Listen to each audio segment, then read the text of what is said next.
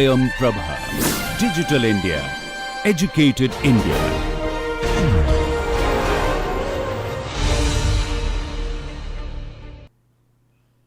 Hello students, welcome to today's lecture.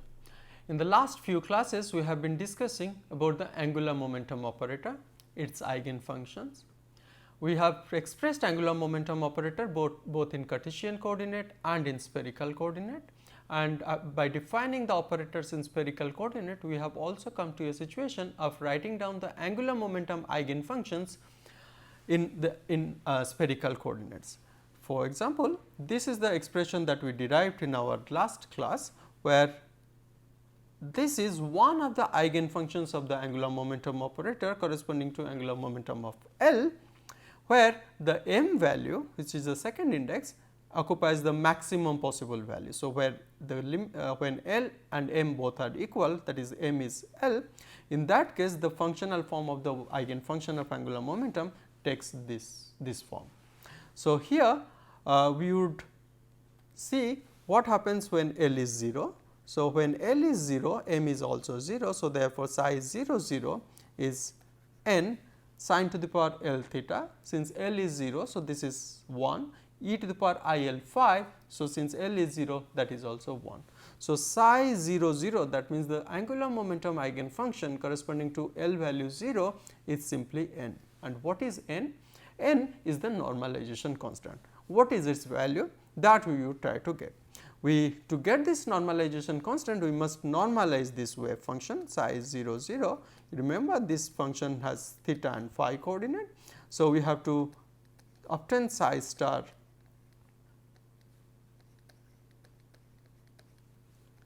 and we have to integrate this over all space. And what are the space available here? We have two variables, two coordinates, theta and phi. And if you remember, the element to integrate along theta axis is not just theta, rather it is sin theta d theta, and the element that we have to integrate for phi x coordinate is d phi. So, these are coming when we convert our dx, dy, dz, the volume integral in Cartesian space, to r theta phi, the spherical coordinate system. So, in this case the integral here is sin theta d theta, and for the case of phi it is d phi. So, when I look at this function psi 0 0, this is simply n. So, therefore, I have n square, and since it is a constant, I can go ahead and integrate the two functions. So, sin theta d theta, it goes from 0 to pi, d phi it goes from 0 to 2 pi. I already have done this in the last class. When I integrate sin theta, I get cosine theta, and I will put the limit up at 0 and pi, I would get this as 2, and when I integrate this, I get 2 pi. So, n square into 4 pi, if this function has to be normalized, this quantity has to be 1. So, therefore, n becomes 1 over square root of 4 pi, and psi 0 0 is nothing but 1 over 4 pi. Please note, here I have an eigenfunction which is independent of theta, which is independent of phi. So, there is no angular dependence on this function. We will come back to this property when we define some particular observable to this function. We will go on in our discussion of this wave function. What we would do is that we would take L is 1. So, therefore, I have 1 function, psi 1 1 is n, the normalization constant, sin theta e to the power I phi. So, here I have used L as 1 in this expression to get this functional form. Now, again I do not know what is n, this is what I am trying to get. I will do that by normalizing this function. So, I would do the same psi 1 1 star, psi 1 1, and I should not forget that the volume element has sin theta d theta d phi. So, when I use psi 1 1 star, I see that sin theta is a real function, its complex conjugate it's itself e to the power I phi is a complex function. So, I have to be careful when I evaluate its complex conjugate. So, I am left with n square. I would first write down the theta terms. So, sin theta for each for psi 1 1 and psi 1 1 star also sin theta. So, therefore, I have sin square theta, and then I am writing sin theta d theta, that is coming from the integral, and I am now dealing with e to the power I phi. So, its complex conjugate is e to the power minus I phi, e to the power plus I phi d phi, and this limit is 0 to pi, this limit is 0 to 2 pi. When I look here, this term e to the power minus I phi, e to the power I phi give me 1. So, therefore, this is 2 phi, and when I integrate this, this simply becomes 2 pi. This is easy. So, therefore, I am writing this 2 pi n square, and I have to now worry about this particular integration.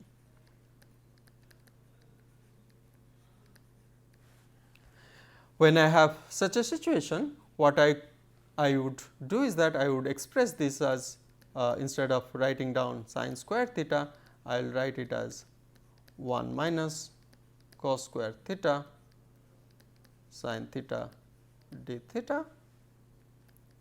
So, this is 2 pi n square, the first term is 0 to pi sin theta d theta, the second term is 0 to pi cos square theta sin theta d theta. This term I have already seen a few times. So, this is its value is 2. So, I can write this as 2. And what about this? To solve this one, I would do this in this space. So, let us define cos theta as any variable t such that dt is minus sin theta d theta. When dt is minus sin theta d theta, so theta goes from 0 to pi. So, therefore, cos theta would go from cos 0 to cos pi. So, t would go from cos 0, which is 1, cos pi, which is minus 1. So, to solve this, when I look at this integral over here, so this is excuse me. So, this is t goes from 1 to minus 1.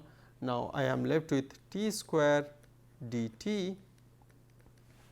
dt is minus sin theta d theta. So, this minus sign also is included in this term now. So, this is dt and t square dt. So, that you know as t cube by 3 goes from 1 to minus 1. So, minus 1 divided by 3 minus 1 by 3. So, that gives me minus 2 by 3. This is the result of this. So, 2 minus 2 by 3. So, 2 pi n square 2 minus 2 by 3 is, this is 4 by 3. So, I have 8 pi n square divided by 3, and if this function is normalized, so the right hand side has to be 1. In this case, what is the value of n?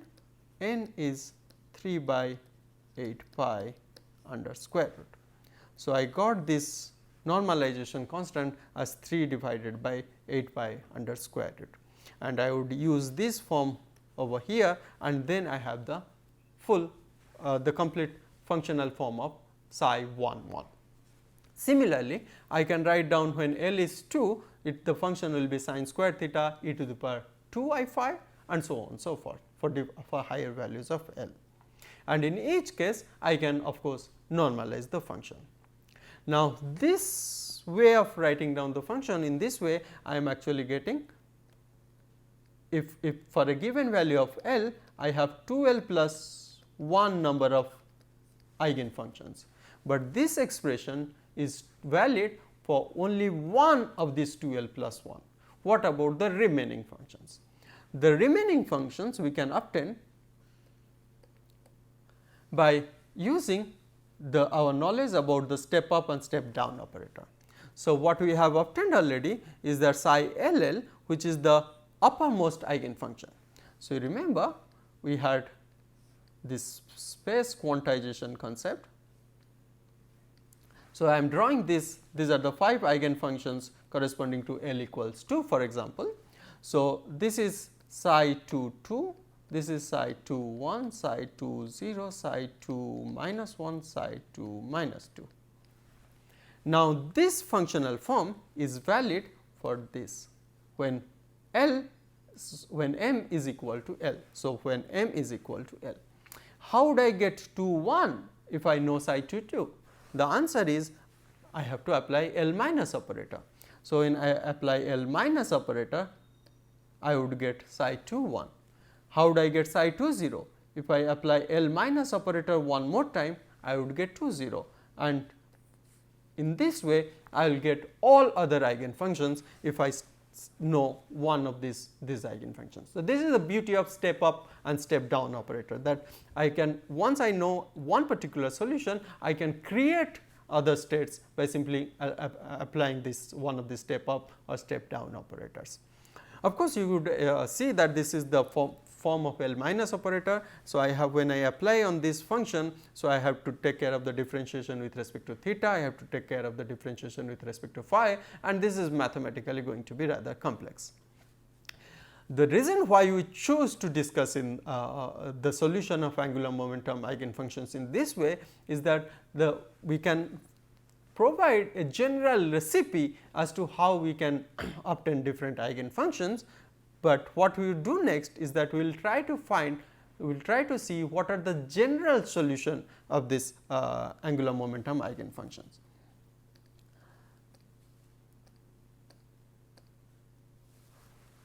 The general solution for this angular momentum eigenfunctions are known as spherical harmonics. The form of these spherical harmonics functions are given here. They may appear very scary to you, but do not worry about them. We would actually break this down for you, so that this form would be very meaningful for you. You can see there are so many terms here in this function. So, this is the general definition of the general form we represent spherical harmonics is that psi or y is often used. So, this is the functional the form. So, instead of psi we are now writing y, this is convention. Now, this has some L m terms 1 minus x square. So, where x is defined as cosine theta. So, we know that theta is one of the coordinate that we have now, we know that. So, x is defined in terms of cosine theta, again some m, there is some p function that will come back, and then we see some e to the power I m phi. We will break this down, break this function down to some easier parts. What we see here is that the first few terms have only theta dependence. You see x has theta dependence. So, in this part of the term has having theta dependence, and this is actually the S term. If you remember, we defined our wave function angular momentum eigenfunction as product of two functions, one S of theta, another t of phi. So, this is the S function, S of theta, and this function is the t of phi function. The t of phi function is rather simple looking, but this S of theta is rather complex. The other thing that you would notice is that the t function depends only on one index, that is m, the second index of the spherical harmonics, or the second index of this angular momentum eigenfunction. On the other hand, the S function depends both on L and on m. We will discuss more about this S function now. If you look carefully, this S function has two components. The first component is simply the normalization factor. When you normalize this function, this would actually be the general solution of the normalization factor. If you remember, in the a few minutes ago, we tried to normalize this function, and we could do for psi 1 1, but for psi 2 2, if you try to do it, you would find that this process is somewhat lengthy, but here there exists the general form of the normalization factor. The other part of this S function is given here, which is known as the associated Legendre functions. Here these functions are associated Legendre functions. Again, do not worry about the long name. So, this function simply is 1 minus x square, x is cosine theta. So, 1 minus cosine square theta, the sine square theta raised to the power of m by 2, where m is your second index over here, and then you are differentiating m number of times depending on what is the value of m. You are differentiating m number of times a function which is PLX. This PL function is the well known Legendre polynomials. If you remember, in our harmonic oscillator discussion, we used the so called Hermite polynomials, and now what we are doing here in the while discussing the angular momentum eigenfunctions, we are using the something called Legendre polynomials. So, these are the Legendre polynomials that are given in most of the standard textbooks. So, the 0th order Legendre polynomial is simply 1. The first order Legendre polynomial in the coordinate of x is simply x. Since x is cos theta here, so P1 of cos theta is cos theta.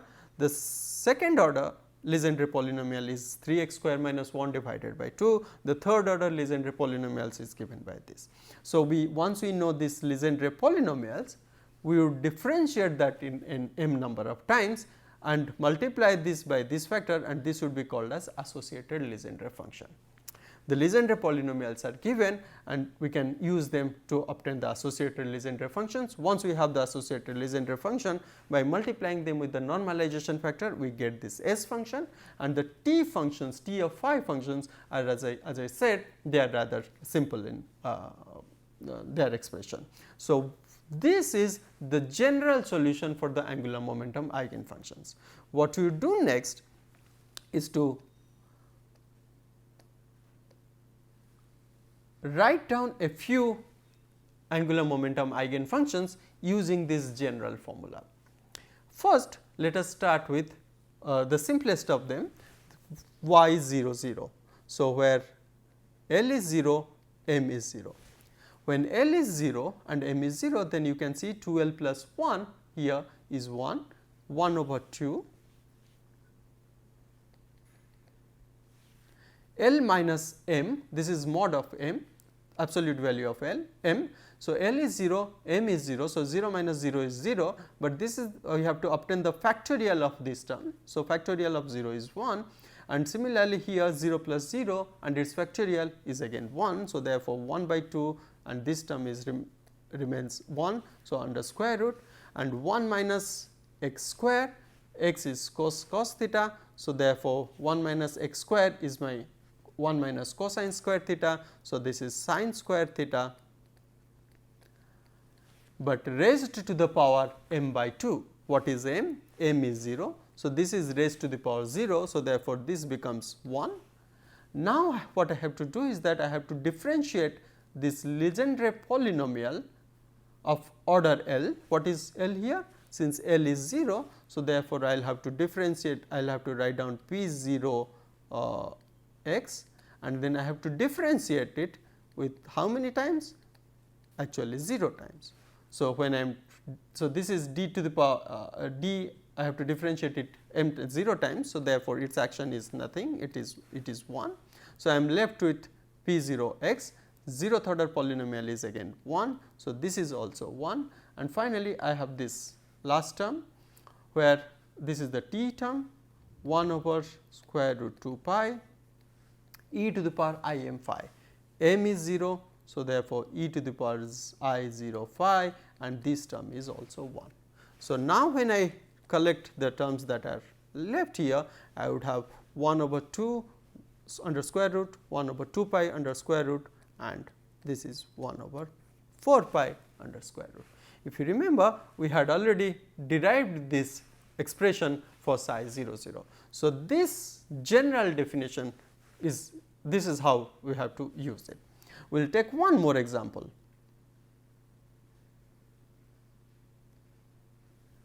We will take one more example where we will say for y 1 0, where L is 1, M is 0. That case what happens to 2L plus 1? L is 1. So, therefore, 3 by 2. L is 1, M is 0. So, this is 1 minus 0 factorial 1 1. So, this simply remains 3 by 2. 1 minus x square theta, this is sin square theta raised to the power m by 2, m is 0. So, therefore, this term will not contribute anything. Now, we will look at this differentiation. So, this is differentiation 0 times. So, this its effect is 1. So, I simply can write p function, the Legendre polynomial, which we do not have to differentiate because this is raised to the power m. So, p 1 of x, why do I write 1 here? Because this is p L and L is 1. So, p 1 x, and what is p 1 x? That is simply x, and x is our cos theta. So, therefore, this term I am replacing it as cosine theta, and then I look at the t of phi term and e to the power I m phi, and since m is 0, e to the power is 0, and this term is 1. So, what is the functional form? So, I have 3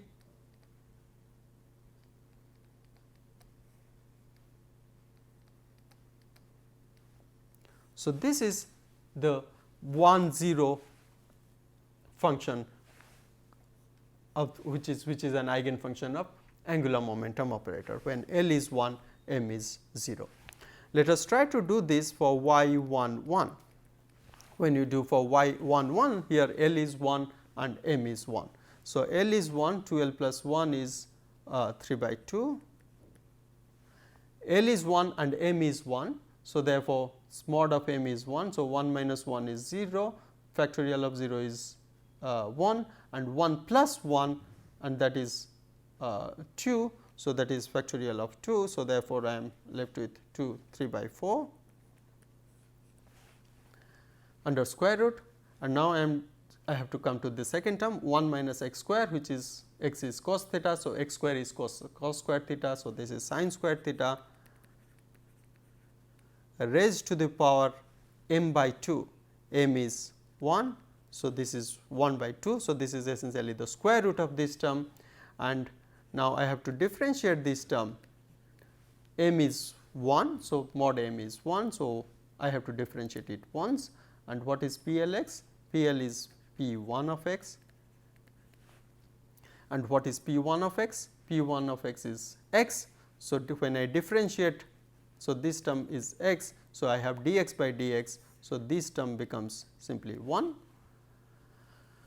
and now I am looking at the next term 1 over square root 2 pi e to the power I m phi, m is plus 1. So, when I collect this term, then I am left with 3 by 4 under square root, this is 2 pi under square root. So, I am writing 3 by 8 pi under square root, sin square theta, square root of sin square theta is sin theta, and e to the power I phi.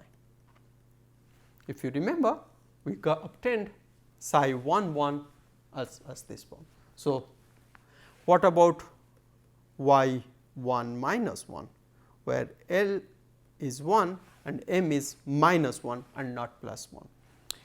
When the effect of M is plus 1 or minus 1 is simply seen here. You see, in this case we are taking mod of M. So, whether M is plus 1 or minus 1, this term would not change. So, therefore, we can use the same term. What about here? 1 minus x square m by 2, but here m is also the absolute value of m. So, therefore, here this term also would not change. So, I am left with sin theta. What about this term? Again, since I am differentiating absolute value of m times. So, even when m is minus 1, I will have to differentiate this function once. So, therefore, I am getting the same term as 1, and finally, I am looking at the t term 1 over square root 2 pi e to the power minus I m phi. Here m In this case, it is not absolute value of m. So, here this would matter. So, when I collect the terms, I am left with